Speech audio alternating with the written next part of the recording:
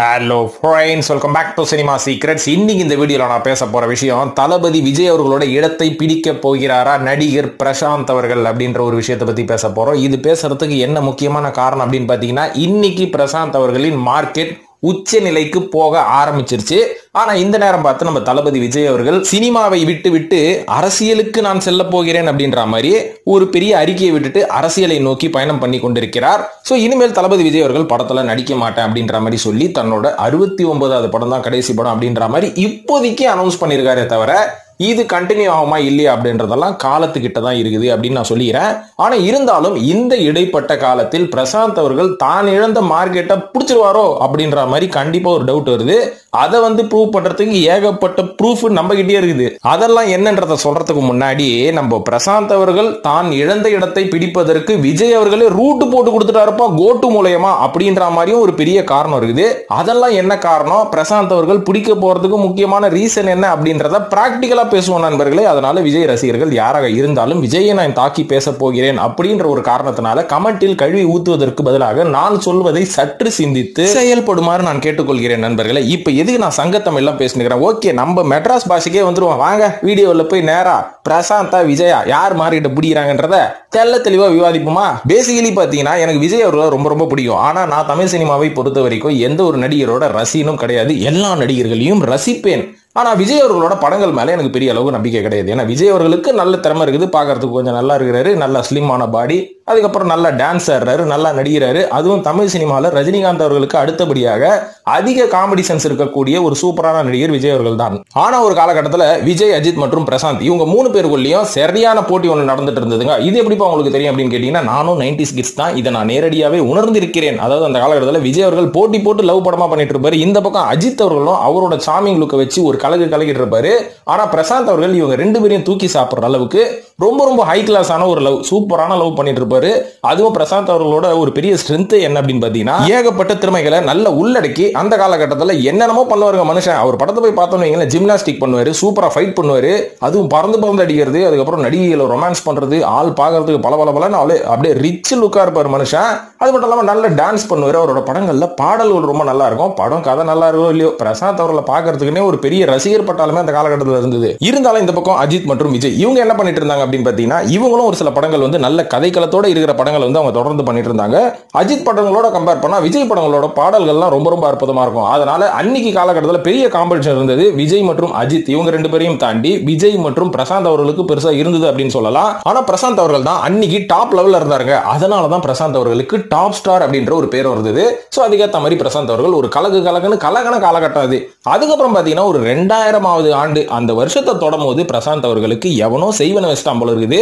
ஏன்னா தொடர்ந்து நடிகிற படங்கள் எல்லாமே ஃபிளாப். முக்கியமான காரணம், கதை தேர்வுல கோட்டை விட ஆரம்பிச்சாரு நம்ம நடிகர் பிரசாந்த் அவர்கள். அந்த காலகட்டத்தில் தான் நம்ம விஜய் அவர்கள் கதைக்களத்துக்கு முக்கியத்துவம் கொடுத்து ஏகப்பட்ட படங்களை நடிக்க ஆரம்பிச்சு விஜய் அவர்களோட தோற்றத்தையும் அதுக்கப்புறம் அவரோட திறமையையும் அவரோட நடிப்பு ஸ்டைலையும் டோட்டலா மாத்தி, அதாவது திருமலைக்கு முன்னாடி வரைக்கும் பாத்தீங்கன்னா விஜய் அவர்களோட டிரான்சிஷன் வேற மாதிரி இருக்கும். ரொம்ப சட்டிலான ஆக்டிங் பண்ணுவாரு, சைலண்டா இருப்பாரு.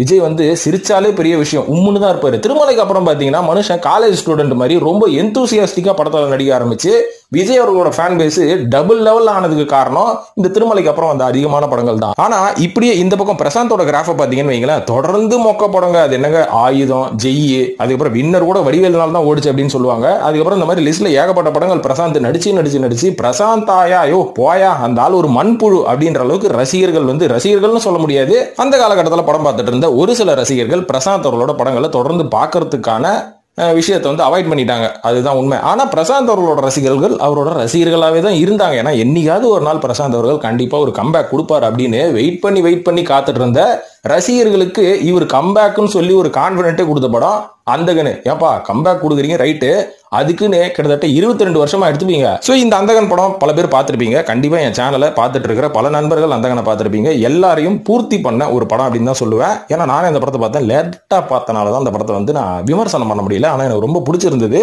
நான் 2மே பார்த்திருக்கேன், அந்தாதூனும் பார்த்திருக்கேன், அந்தகனும் பார்த்திருக்கேன். 2மே நல்ல படங்கள் தான்.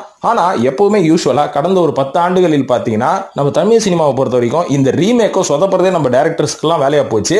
ஆனா இப்போ சமீபத்துல ஒரு 10 வருஷத்துல பெஸ்ட் ரீமேக் அப்படின்னு பாத்தீங்கன்னா இந்த அந்தகன் அந்தகன் படம் மட்டும் தான். ஏன்னா பொதுவாகவே தமிழ் சினிமால இந்த ரீமேக் அப்படின்ற ஒரு விஷயத்துல என்ன தப்பு பண்ணுவாங்கன்னு பாத்தீங்கன்னா, ஒரு ஒரிஜினல் வெர்ஷனை எடுத்து நம்ம ஊர் கலாச்சாரம், நம்ம ஊர் நடிகர்கள், நம்ம ஊர் ரசிகர்களுக்கு ஏற்ற மாதிரி இவங்க படம் பண்ணணுமே தவிர அப்படியே டிபி காப்பி அடிச்சு நடிகர்களோட முகரக்கட்டையை மட்டும் தான் மாத்தி இவங்க எடுப்பானுங்க.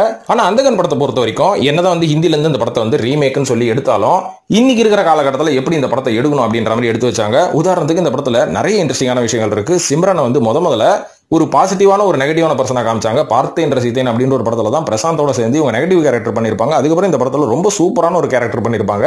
இதையும் தாண்டி நம்ம யோகி பாபு மற்றும் ஊர்வசி இவங்களை காலங்காலமா காமெடிக்கு யூஸ் பண்ண அந்த பிலிம் மேக்கர்ஸ் கிட்ட இருந்து நடிகர் மற்றும் இயக்குனர் தியாகராஜன் அவர்கள் இந்த படத்துல உங்களுக்கு ஒரு நெகட்டிவ் ரோல் கொடுத்தாரு பாத்தீங்களா, அதுதான் முக்கியம். இந்த மாதிரி நிறைய நடிகர்களை நல்ல நல்ல கதாபாத்திரத்துல போட்டு கரெக்டா யூஸ் பண்ணனாலதான் இந்த படம் வந்து ரொம்ப நல்ல படமா அமைஞ்சு ரசிகர்களால் பெரிய அளவுல ரசிக்கப்பட்டு பிரசாந்த் அவர்களோட ரசிகர்கள்லாம் தூங்கிட்டு இருந்தவங்க எல்லாம் எழுப்பப்பட்டு ஐயோ வந்துட்டான்டா என் தலைவன் சாக்லேட் பாய் அப்படின்ற அளவுக்கு கொண்டாடப்பட்டு விட்டது.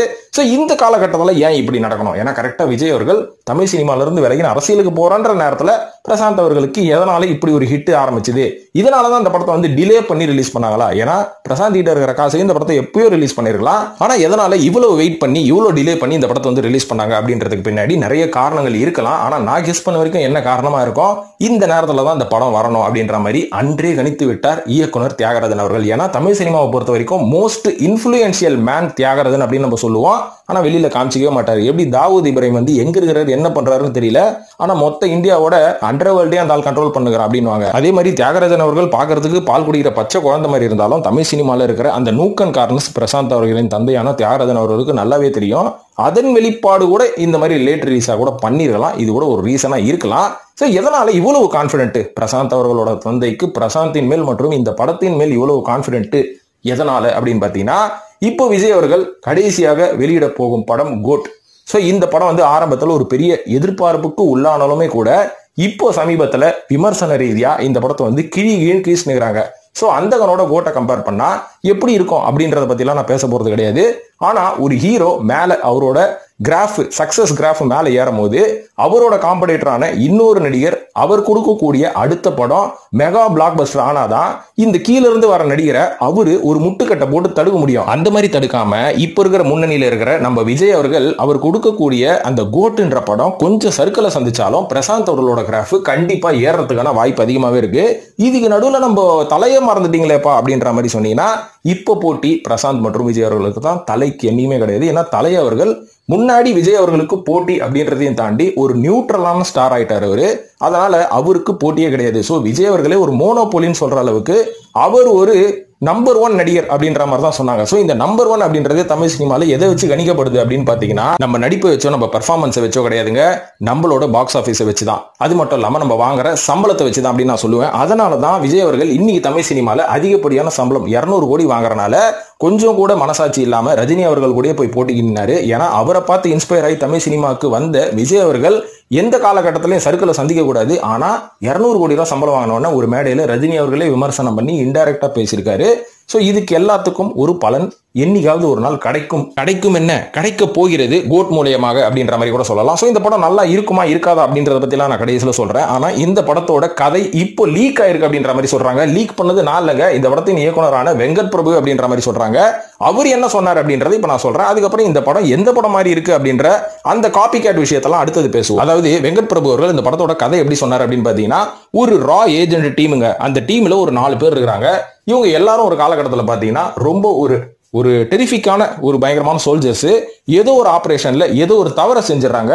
அந்த தவறுல இருந்து வெளியில வந்த இன்னொரு ஆளு இவங்க எல்லாரையும் ஒரு காலகட்டத்தில் பழி வாங்குறாரு. அதுல இருந்து எப்படி தப்பிச்சாங்க அப்படின்ற மாதிரி தான் ஒரு கதையா சொன்னாரு. சோ இந்த கதையை நல்லா உத்து கவனிச்சு இந்த படத்தோட டீசர் எல்லாம் பார்க்கும்போது, இந்த படத்தோட போஸ்டர் மற்றும் கேரக்டர்ஸை பார்க்கும்போது எனக்கு மண்டையில ஏறின ஒரே படம் அவெஞ்சர்ஸ் சிவில் வார் அப்படின்ற ஒரு படம் தான். ஏன்னா அந்த படத்தோட கதையை சொல்றேன். என்ன கதை அப்படின்னு பாத்தீங்கன்னா, இதே மாதிரி அவெஞ்சர்ஸ் சூப்பர் ஹீரோஸ் இல்லைங்களா, இவங்களை யாராலையும் ஒண்ணுமே பண்ண முடியாது. இவங்க வந்து வர எதிரிகள் எல்லாம் இவங்க அழிச்சுக்கிட்டே இருப்பாங்க. ஆனா இவங்க அழிச்சு பில்டிங் டு பில்டிங் தாவி அந்த பில்டிங் எல்லாம் உடச்சி சண்டை போடும் போது நம்மளுக்கு எப்படி வயிற்றுச்சலா இருக்கும்டா பாவீங்களா, சண்டை போடுறதா இருந்தா எங்கேயாவது போய் கிரவுண்ட்ல போடுங்கடா, ஏன்டா நடு சிட்டில போட்டு கஷ்டப்பட்டு கட்டின பில்டிங் எல்லாம் உடைக்கிறீங்க, நான் இஎம்ஐயே முடிக்காம ஒரு பிளாட்டை வாங்கி வச்சுக்கிறேன், அதை இஷ்டிங்களடா அப்படின்ற மாதிரிலாம் ஒரு ஆடியன்ஸா நானே பார்த்து ஃபீல் பண்ணிக்கிறேன். ஆனா என் ஃபீலிங்கை புரிஞ்சுக்கிட்ட ஏதோ ஒரு இயக்குனர் இந்த சிவில் வார்லாம் அந்த கதையை வச்சு போட்டாரு. என்னன்னு பாத்தீங்கன்னா, இந்த மாதிரி பில்டிங் எல்லாம் ஒடிச்சு கண்டாரு பாருங்க, அந்த பில்டிங்ல இருந்த ஒரு குடும்பம் பாதிக்கப்பட்டிருக்கும் இவங்களால. அந்த பாதிப்புல இருந்து வந்த ஒருத்தன், இருங்கடா சூப்பர் ஹீரோஸ்களா, உங்களை பழி வாங்குறதுக்கு என் உடம்புல சக்தி இல்ல, ஆனா உங்களுக்குள்ளே ட்விஸ்ட் பண்ணி விட்டு நீங்களே அடிச்சு சாகுற அளவுக்கு நான் ஒரு ட்விஸ்ட் பண்றேன் பாரு அப்படின்ற மாதிரி அந்த ஒரு ஆள் ட்விஸ்ட் பண்ணுவான். அது அந்த படத்தோட கிளைமாக்ஸ்ல தான் தெரியும். ஏன்னா இந்த அவெஞ்சர்ஸ்குள்ளே 2 பிரிவா பிரிஞ்சுன்னு அடிச்சுப்பானுங்க, அயன் மேனும் கேப்டன் அமெரிக்காவும். சோ இப்போ இந்த சிவில் வார கோட்டோட கம்பேர் பண்ணா யாரு அயன் மேனு, யாரு கேப்டன் அமெரிக்கா அப்படின்னு பார்ப்போம். அதாவது நம்ம பிரசாந்த், அதுக்கப்புறம் பிரபுதேவா, விஜய் இவங்க எல்லாம் ஒரு டீமா இருக்கிறாங்க இல்லீங்களா. சோ இந்த டீமுக்குள்ளேயே குழப்பத்தை உருவாக்கி அதுக்கப்புறம் இன்னொரு விஜய் ஒருத்தர் வர்றாரு. அவர் கண்டிப்பா விஜயோட எதிரியான ஒரு விஜய் தான் இருக்க போறாரு. சோ இவங்களுக்குள்ள இந்த குழப்பத்தை உண்டாக்குறது வேற யாருமே கிடையாது, நடிகர் மைக் மோகன் அவர்கள் தான். ஏன்னா மைக் மோகன் அவர்கள் பிசிக்கலி ஒரு ஸ்ட்ராங்கான பர்சன் கிடையாது, ஆனா மென்டலி ஸ்ட்ராங் அப்படின்ற மாதிரி தான் அவரோட லுக்கும் அவரோட கேரக்டரும் இந்த படத்துல அமைஞ்சிருக்கு அப்படின்ற மாதிரி சொல்றாங்க. ஏன்னா மைக் மோகன் என்ன சொன்னாரு, நான் ஹீரோவா தான் நடிக்கணும்னு ஆசைப்பட்டேன், ஆனா இப்பேற்பட்ட ஒரு வில்லன் கேரக்டர் விடும்போது எனக்கு பின்னணியில ஒரு பேக் ஸ்டோரி ஒன்னு இருக்கணும், அப்படி இருந்தா தான் நடிப்பேன் வெங்கட் பிரபு கிட்ட கட்டளை கிட்டதான் சொல்லப்படுது. அந்த கட்டளையின் பேரில் மைக் மோகன் அவர்கள் இவங்களுக்குள்ள சண்டை மூட்டி விடுற அந்த ஒரு கிரிமினல் தனத்தை பார்த்தாலும் அந்த பிளாஷ்பேக் வரும்போது மைக் மோகன் அவர்களுக்கு ஒரு சிம்பத்தி கிரியேட் பண்ற அளவுக்கு ஒரு பேக்ரவுண்ட் இருக்குன்ற மாதிரி சொல்லியிருக்காங்க இந்த படத்துல. சோ ஆல்மோஸ்ட் இந்த கதை சிவில் வார் மாதிரி தான் இருக்கு. அது மட்டும் இல்லாம நம்ம வில் ஸ்மித் நடிச்ச ஜெமினி மேன் அப்படின்ற ஒரு படம் நம்ம பார்த்திருப்போம். சோ அந்த படத்தோட சாயலும் லைட்டாக இருக்கிறனால பல ஹாலிவுட் படங்களை பார்த்து கோட்னு பேர் வச்சாரே தவிர அந்த கோட்டோட மீனிங் என்ன, கிரேட்டஸ்ட் ஆஃப் ஆல் டைம். கண்டிப்பா வெங்கட் பிரபு தான் greatest of all time. So Vijay அவர்கள் ஒரு பிரம்மாண்ட நடிகர் அப்படின்றனால இந்த மாதிரியான ஒரு பிரம்மாண்ட கதையில ஒரு பிரம்மாண்ட பட்ஜெட்ல இந்த மாதிரி படம் எடுத்துட்டு இருக்காங்க. ஆனா பிரசாந்த் அவர்கள் சைலண்டா சட்டிலா தமிழ் சினிமா சமீபத்துல இழந்த அந்த ஒரு விஷயத்தை கையில பிடிச்சி உஷாரா படம் நடிச்சு உஷாரா கண்டென்ட் கரெக்ட் பண்ண ஆரம்பிச்சிட்டாரு. அந்த கண்டென்ட்டில் இருந்து வந்த ஒரு மிகப்பெரிய ஒரு அருமையான படைப்பு தான் அந்தகன் அப்படின்ற படம். ஏன்னா இந்த படத்துல சமீபத்துல பாத்தீங்கன்னா இந்த மசாலா, வைலன்ஸ், வன்மம், அதுக்கப்புறம் பைத்தியகாரத்தனம்லாம் நம்ம தமிழ் சினிமாவில் பார்த்துட்டு இருக்கோம். ஆனா இது எதுவுமே அந்தகன் படத்துல கிடையாது, வைலன்ஸ் எல்லாம் எதுவுமே கிடையாது. ஒரு அழகான ஒரு நீட்டான ஸ்கிரீன் பிளேல எடுக்கப்பட்ட ஒரு இன்ட்ரெஸ்டிங்கான படம். எல்லா சீனுமே பாத்தீங்கன்னா ரொம்ப அழகாகவும் ரொம்ப நீட்டான ஒரு பிரசன்டேஷனாகவும் இருக்கும். அதுவும் நம்ம பிரசாந்த் அவர்களை மறுபடியும் ஒரு கம்பேக் கொடுத்து அந்த ஸ்கிரீன்ல பார்க்கும்போது பிரசாந்தோட அந்த அழகே அந்த தொடை பகுதி தான். தைஸ் அந்த டைட்டான ஜீன்ஸ் மனுஷன் போட்டுக்கிட்டு ஹை ஹீல்ஸ் ஷூ போட்டுக்கிட்டு ஃபுல் ஹேண்ட் அப்படி டிஷர்ட்டை கையில மடிச்சு விட்டுக்கிட்டு செம்ம ஸ்டைலா, அதுவும் கழுத்துல ஒரு சங்கிலி போட்டு இருப்பார். அப்பெல்லாம் இப்பெல்லாம் அதெல்லாம் கிடையாது, ரொம்ப ஸ்டைலா அந்த பழைய பிரசாந்த் மாதிரியே நம்ம பார்த்தோம். அதனால இந்த படத்தை நம்ம ஒன்றி ரசிக்க முடிஞ்சது, அதுதான் முதல் விஷயமே. சோ இதெல்லாம் ஓகே. அந்தகன் படத்தை பத்தி நம்ம இன்டைரக்டா விமர்சனம் பண்ணியாச்சு. கோட்டு படத்தை பத்தி நம்ம பேசிட்டு இருந்தோம். சோ இப்போ இந்த வீடியோட இறுதியில நான் என்ன சொல்ல விரும்புறேன் அப்படின்னு பாத்தீங்கன்னா, விஜய் அவர்களின் இடத்தை பிரசாந்த் அவர்கள் பிடிப்பாரா அப்படின்றதுக்கு பதிலா விஜயோட இடத்தை பிரசாந்தால முடிக்க முடியாது. ஏன்னா பிரசாந்த் அவர்களுக்குன்னு ஒரு தனியான இடம் இருக்கு, அந்த இடத்தை மறுபடியும் இவர் தக்க வைத்துக் கொள்வார், அவ்வளவுதான். ஏன்னா விஜயோட இடம் விஜய் இதுதான், ரஜினியோட இடம் ரஜினி இதுதான், அஜித்தோட இடம் அஜித் இதுதான். அந்த மாதிரி அவங்க இடத்தை அவங்க தக்க வச்சுக்கிறாங்க. ஆனா பிரசாந்த் அவர்கள் கொஞ்ச காலமா அவரோட இடத்தை தக்க வைக்காம விட்டு கொடுத்து விட்டார். இப்போ அந்த இடத்த கண்டிப்பா அடுத்தடுத்த படங்களை கரெக்டாக சூஸ் பண்ணி அவர் தக்க வச்சுப்பாரு. சோ இதுல இருந்து போட்டு படம் எப்படி இருக்க போகுது அப்படின்னு கேட்டீங்கன்னா, எல்லாருக்கும் இப்போ ஒரு குழப்பம் வந்துருச்சு. நிறைய பேர் சோசியல் மீடியால ட்ரோல் பண்ணிட்டு இருக்கீங்க. ஆனா உண்மையா சொல்ல போனா போட்டு படம் கண்டிப்பா நல்லா இருக்கும். ஏன்னா இந்த கதைக்களத்தையும் தாண்டி வெங்கட் பிரபு அவர் மேல கொஞ்சம் எனக்கு நம்பிக்கை இருக்கு. ஏன்னா அப்பப்போ கொஞ்சம் சர்க்கிளை பார்த்தாலும் பெரிய பெரிய ப்ராஜெக்டை கரெக்டா ஹேண்டில் பண்ணுவார் வெங்கட் பிரபு அவர்கள். என்னதான் மேக்கிங்லயும் எடிட்டிங்லயும் சிஜிலையும் சில எரர்ஸ் இருந்தாலுமே கூட கொஞ்சம் அதை மேட்ச் பண்ணிடுவாரு அப்படின்ற ஒரு நம்பிக்கை கண்டிப்பா எனக்கு இருக்குது. அதனால போட்டு சமலோக்கலான மொக்கப்படம்லாம் கிடையாது. ஏன்னா விஜய் அவர்களே ஃபர்ஸ்ட் காப்பியை பார்த்ததுக்கு அப்புறம் வெங்கட் பிரபு கட்டி தழுவினாராம், பா சூப்பர்ப்பா அப்படின்ற மாதிரி. அது மட்டும் இல்லாம இப்ப எல்லாருமே விமர்சனம் பண்றது யுவன் சங்கர் ராஜா அவர்களோட மியூசிக்கை தான். அவரோட மியூசிக் நம்ம எல்லாரும், அதுவும் 2K கிட்ஸ் எல்லாரும் குறைச்சி எடை போட்டுட்டு இருக்கீங்க. ஆனா யுவன் சங்கர் ராஜா அவர்களோட மியூசிக் எப்படின்னா காலத்தால் அழியாதது. காலத்தால் அழியாத அந்த எவர்கிரீன் மியூசிக் ஆரம்பத்தில் கேட்கறதுக்கு கொஞ்சம் போர் அடிக்க தான் செய்யும். ஆனா இத்தனை வருஷம் தாண்டியும் நம்ம யுவன் சங்கர் ராஜா அவர்களோட மியூசிக்கை தாராளமா நம்ம கேட்கலாம். ஆனா அடுத்த 10 வருஷம் கழிச்சு நம்ம அனிருத் மியூசிக்கை கேட்போமா, அனிருத் அவர்களோட பாடல்களை கேட்போமா அப்படின்றது டவுட். ஏன் 10 வருஷம் அடுத்த 2 வருஷம் கழிச்சு அவரோட பாடல்களை கேட்போமா? ஏங்க போன வருஷம் அந்த ஆள் போட்ட பாட்டை இப்ப நீங்க கேட்டுக்கிறீங்களா? இல்ல அதுதான் இன்னி இருக்கிற காலகட்டத்தில் நாம் யூஸ் பண்ணி கொண்டிருக்கும் அந்த டிஜிட்டல் மியூசிக். ஏன்னா யுவன் சங்கர் ராஜா பொறுத்த வரைக்கும் நிறைய லைவ் மியூசிக் போவாரு. இப்போ இருக்கிற நிறைய மியூசிக் டைரக்டர் லைவ் மியூசிக் எல்லாம் போறதே கிடையாது. ஏன்னா எல்லாத்துக்கும் பட்ஜெட் தனித்தனியா பிரிச்சுட்டாங்க. உதாரணத்துக்கு மங்காத்தா வந்த காலகட்டத்தில் ட்ரைலர்லாம் ரிலீஸ் பண்ணதுக்கு அப்புறம் ஃபர்ஸ்ட் சிங்கிள்னு சொல்லி விளையாடு மங்காத்தா அப்படின்னு ஒரு பாட்டை ரிலீஸ் பண்ணாங்க. அப்ப ஏகப்பட்ட ரசிகர்களுக்கு அதிருப்தியா தான் இருந்தது. என்னடா இது தலையோட படத்தை நாங்க எப்படி எதிர்பார்த்தோம், பாட்டை மொக்கையா போட்டு வச்சிருக்காரு அப்படின்னு சொல்லி அதுக்கப்புறம் கொஞ்ச நாள் ஒரு சில வாரங்கள் கழித்து யுவன் சங்கர் ராஜா ஓப்பன் த பாட்டில் அப்படின்ற ஒரு பாட்டை போட்டோன்னே இந்த படம் 100% இட்டுப்பா அப்படின்ற மாதிரி தான் எல்லாருமே முடிவு பண்ணிட்டாங்க.